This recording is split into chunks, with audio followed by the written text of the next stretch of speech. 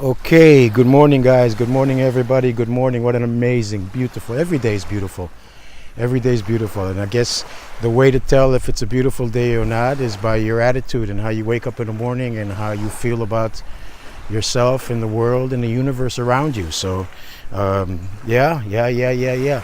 So, what I've been doing recently is just like every morning I get up and I start to walk around and I try to find new beaches and new places like this. Let me just show you where I'm at right now.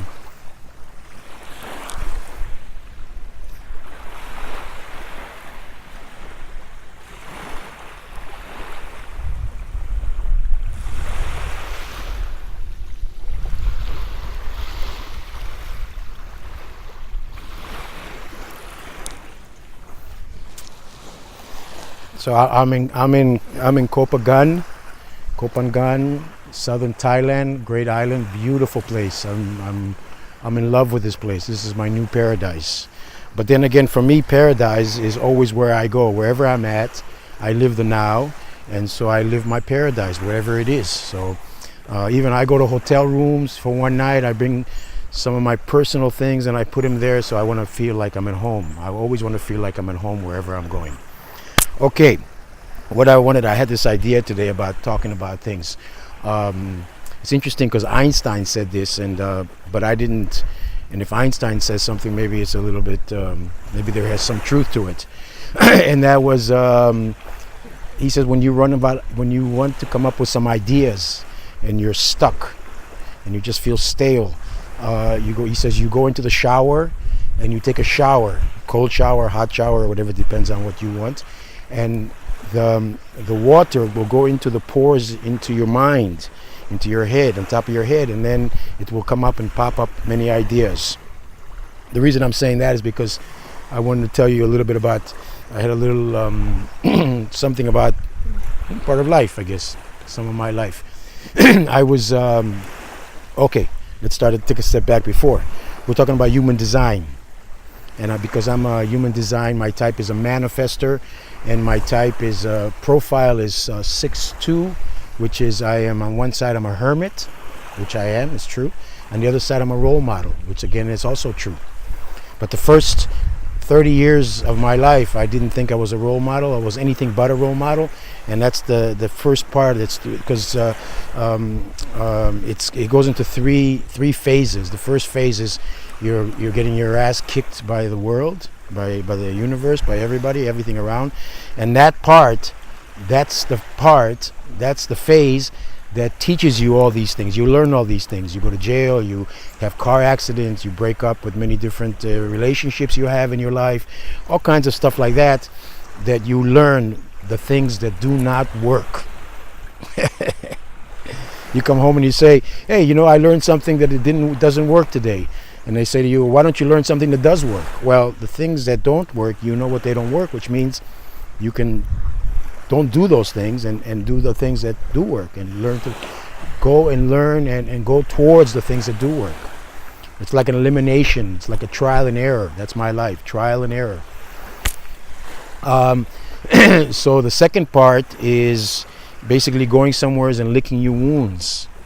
And I went and I licked my wounds, and I was trying to talk to myself and asking myself, why am I going through these things? But well, now I know. And then I go up on the roof. Once you go up on the roof, when you're on the roof, you can see everything, and that's actually my favorite place, because my first years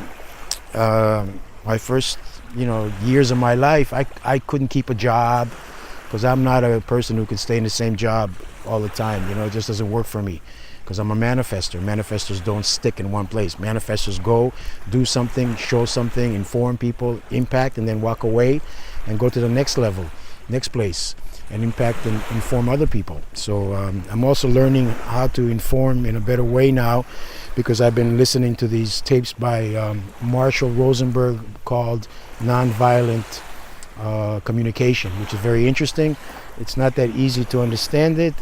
Basic idea you can understand, but how to do it is part of life, We need to practice. The more practice we have in whatever we do, the better we become at it. Okay, so when I was in China, I went to China at the age of 50, which is basically the time that I'm getting on top of the roof. I'm getting on the roof. I got on the roof in China, and when I got to China, everything opened up for me. I started making money. I started saving money. It was really easy for me. And many people, since I was on the roof, I was still on the roof, many people came for advice. They came for all kinds of things. They wanted a piece of me. They wanted me to teach them about things because I guess they just felt that I had this experience in life, which I did, and I still do, and I get more and more of it. And so I was in China for 12 years. And the reason I did not leave China, I wanted to leave China much earlier than I did, but the reason I didn't leave China because I was content there. It was easy for me. I was making money. I was making pretty good money. I was saving money. I was becoming more independent, which I didn't have when I was a younger guy. It was hard for me to make a living. It was hard for me to make ends meet. It was really, really difficult for me to make ends meet. I would make a lot of money at one time, let's say, and then I would spend it really quickly, and then it was just difficult. It was just difficult. It was hard for me to hold a job. I've had more than 100 different types of jobs in my life. One day I'll sit here and tell you about those different jobs I've had. So the interesting thing is that when I was in China, I was an English teacher. I was teaching English at the universities. I was teaching English at training schools. I was teaching in kindergartens, even primary school, middle school. I taught English in all kinds of different institutions. The interesting and the funny and the amazing thing is I'm not an English teacher. I never was an English teacher. English was the class that I hated the most in high school, middle school. I didn't like English at all with all the grammar and things like that. But then I became an English teacher. But in reality, I wasn't teaching them English. I was never teaching them. I wasn't the one who dots the I's and the one who teaches them grammar and things like that. It was not me. I taught them life, and I taught them in English. So because we spoke English, this is what I gave them in English language. Yeah. So I did that in China. Now Chinese people are really desperate and thirsty and hungry for all this information because they are in a society where it's a bit closed. I would say it's a lot closed, and so they really wanted this thing from us. And because I'm a manifestor, they were even more lucky because they got it from me. And for me to get it, you're doing well. So here's what I think. As I was walking here, I was thinking about what I should talk about today, and then I realized it just comes to me. Things always just come to me. They just come to me. I don't know why, but they just do. I know why. I'm a manifestor. That's why. So there were times when I wake up in the morning, because I had like not 4 classes, but 1, 2, 3, 4, 5, like 8 classes a week. I would have 2 classes each day, Monday, Tuesday, Wednesday, Thursday. I would have 2 classes starting at 8 o'clock, and they would finish at 11:30 in the morning at the universities. So when I would go on my way to, I had electric bikes. I would ride my motorbike, my electric bike from my home to the university. I'm much different than most teachers because most teachers are already preparing the class the night before, and they have it written down, and they know what they're going to say and how they're going to say and how to form the class. This is definitely not me. As you know, if you know what a manifestor is, you know that manifestors don't work like this, at least not me. I'm a hermit, which means I'm naturally talented, creative, and I don't know how, and I don't know why, and I don't know how I get there, but I just do.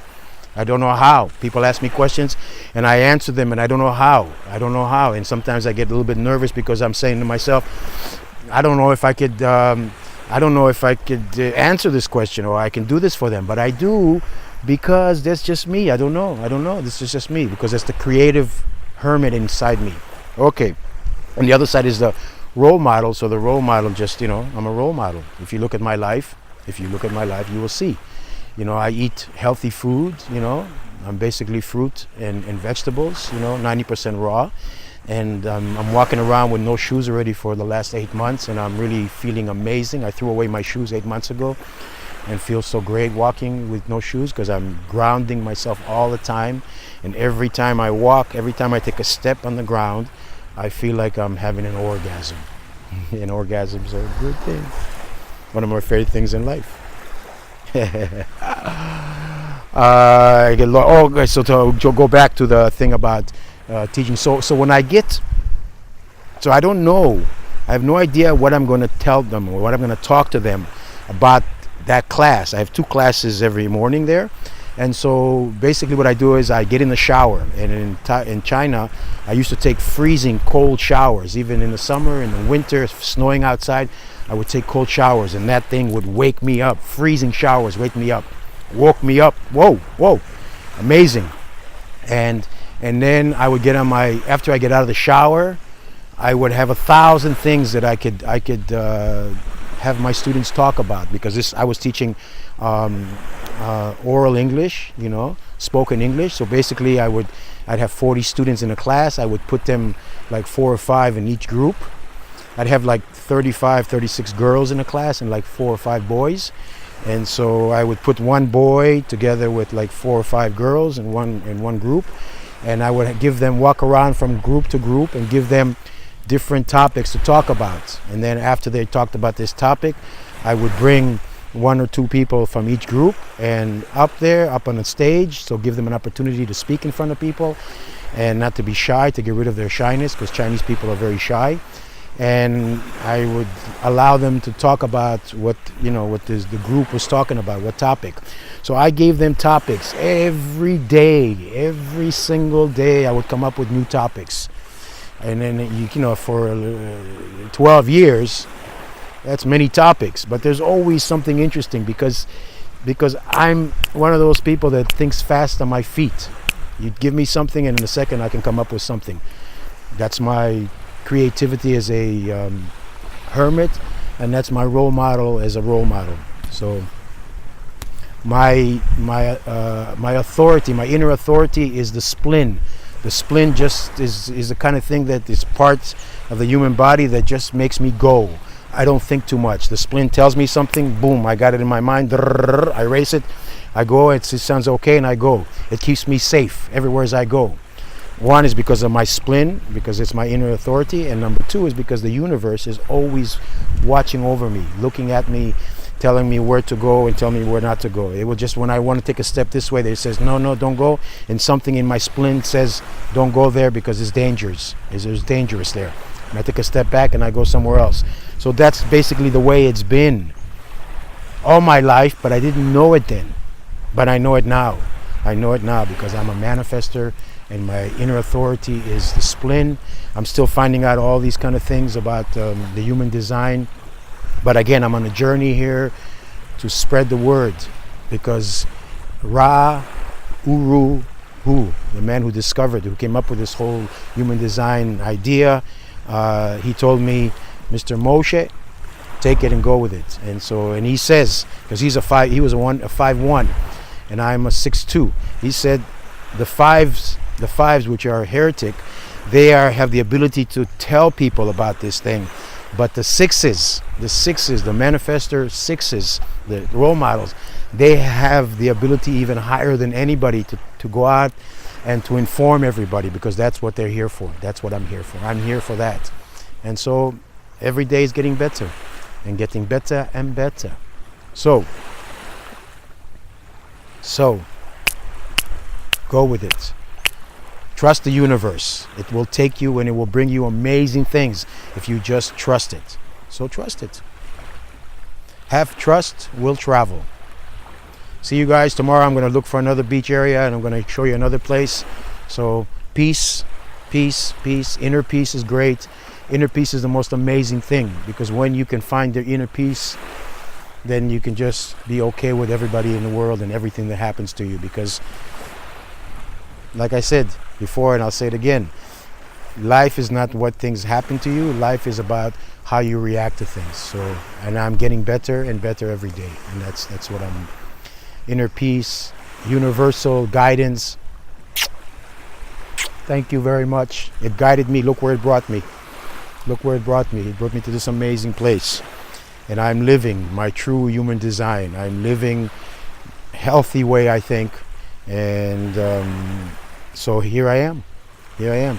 And love, you know, is there a stronger thing in this world than love? If we love each other, things are much more harmonious. Once we become harmonious with each other, it's amazing. If you have an harmonious house, a home, I should say, not a house. If you don't have a harmonious place where you live, it's called a house. If you have a harmonious home, it means you have people are loving each other and people are getting along with each other, and it's like give and take on the situation. Compassion. We need compassion for everything around us, for the universe, for the environment, especially for the poor animals. We are torturing them and we are slaughtering them and we are doing things to them that the Holocaust and all the things that have happened between humans and humans is nothing compared to what we're doing to the animals. Come on, all we need to do is stop it. It's very simple. Just choose the food you eat that comes from plants and comes from the fruit trees, and then you're okay. You're okay.